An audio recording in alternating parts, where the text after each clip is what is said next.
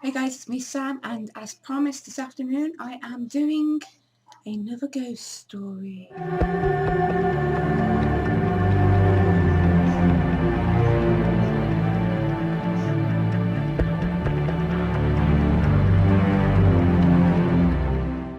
Located in the town of Berkeley in Gloucestershire stands Berkeley Castle, which has been owned by the Berkeley family for 900 years. A Norman castle was built on the site in around 1067 by William Fitzosborne on the orders of William I, who eventually granted it to Roger de Berkeley. His family subsequently held it for 3 generations until they were stripped of their lands and property in 1152, when Roger de Berkeley III refused to join sides with the House of Plantagenet. Berkeley Castle was then presented by Henry II to his supporter Robert Fitzharding, who in 1154 was granted permission to rebuild the castle. He added the stone keep during 1153 and 1156, and the curtain wall was added by his son Maurice during 1160 to 90. In 1154, Maurice had married the eldest daughter of Roger de Berkeley and adopted the surname de Berkeley as his own, and so began the ownership of the Berkeley family. In 1322, Lord Maurice Berkeley and other lords rebelled against Hugh Despenser, the favourite of Edward II, but were defeated, and for his punishment Maurice had Berkeley confiscated and he himself was imprisoned until his death in 1326. With that, it was now royal property, and in 1340 the Great Hall was built, replacing the original one. In 1400 Richard II entertained here, and even Henry VIII and Anne Boleyn stayed here for a week during the summer of 1535. It was then very briefly returned to the Berkeley family in 1553, but then in 1572 Elizabeth I took it back and gave it to her favourite, Robert Hill of Leicester.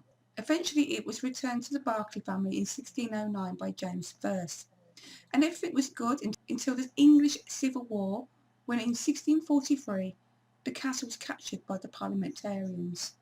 After the restoration of the monarchy in 1660, the castle was again returned to the Berkeleys, and in 1679 George Berkeley was created the first Earl of Berkeley by Charles II. Once again all was good until 1810, when following the death of Frederick the fifth Earl, a dispute broke out over which of his sons was the rightful heir.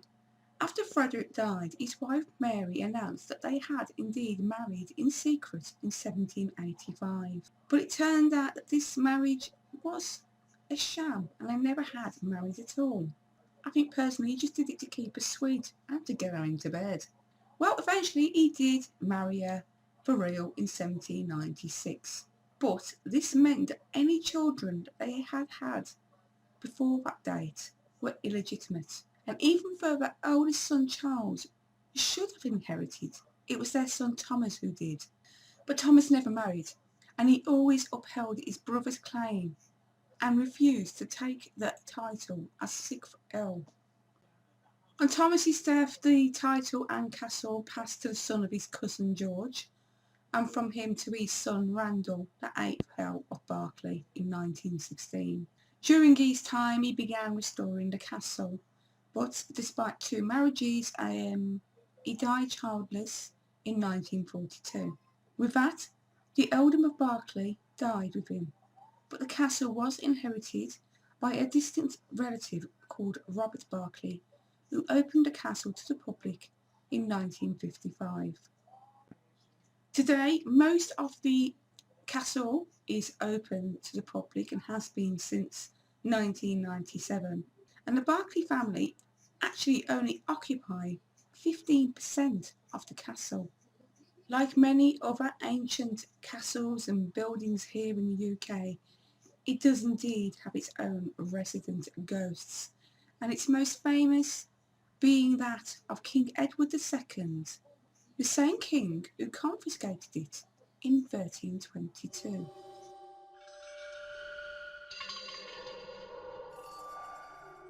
On the 8th of July 1307, Edward II became King of England, and a year later he married 12-year-old Isabella, a marriage that was arranged to alleviate the tension between England and France. In 1312, Isabella gave birth to their eldest son and heir to the throne, Edward III. However, her husband was rumoured to have had several homosexual relationships, one in particular with a Piers Gaveston, who Edward had met before he married Isabella. It was widely known that his father, Edward I, did not approve of this liaison, and he had Gaveston exiled from England. But when Edward came to the throne, he had Gaveston returned to court and bestowed upon him the title of the first Earl of Cornwall. Now, back in the 1300s, the king didn't always have full rights and control over what was said and done. A lot of it was approved by his barons, and Gaveston was once again expelled from England due to his influence over the king by the barons. But this time he returned to England of his own back, and in 1312 he was captured and executed. Following his death, the king found a new favourite, a Hugh Despenser, a young knight whose influence over the king became intolerable for those at court.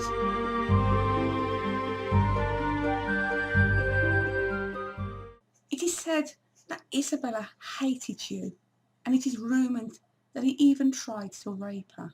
She did, however, remain faithful to her husband until she met Roger Mortimer in 1325 whilst in France, and she fell in love with him. In 1326, after plotting to dispose of Edward, they assembled an army and invaded England, meeting little resistance. The first thing they did was to hunt Hugh Despenser down and have him executed. And then they had Edward imprisoned, first at Kenilworth Castle in Warwickshire, and later here at Berkeley Castle.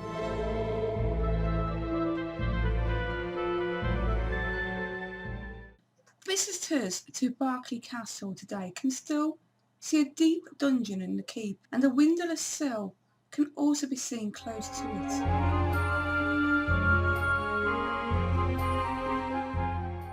It was in this living hell that Edward found himself in when Isabella and Roger thought that a few days in there would kill him off.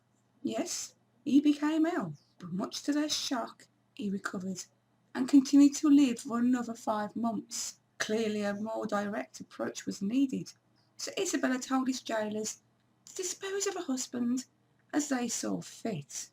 On September the 21st, 1327, the two men seized the king and pinned him face down on his bed. They then thrust a funnel up his anus, followed by a red-hot spit. Such was Edward's agony that his screams are said to have been heard far beyond the castle's walls. And ever since then, on the anniversary of his death, his cries have been heard echoing out from that awful cell.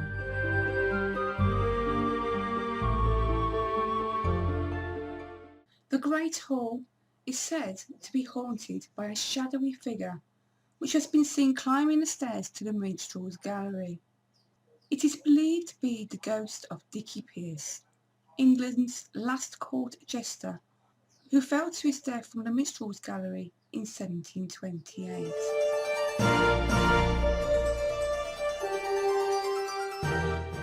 The morning room was once the chapel of St Mary until it's converted by Randall, the 8th Earl of Berkeley, in the 1920s, and it is said to be haunted by a hooded figure which has been seen by visitors walking to a point where the old vestry once stood. And that is where I shall conclude the ghosts of Berkeley Castle, because despite all the research that I've spent doing on this place, I cannot find anything else on ghosts. They must keep it secret. I don't know why. It's obviously going to have ghosts, so maybe they should be more honest about it. I hope you've enjoyed it, and that's it for now. So thanks again. You take care, and I'll see you soon. Until then, bye.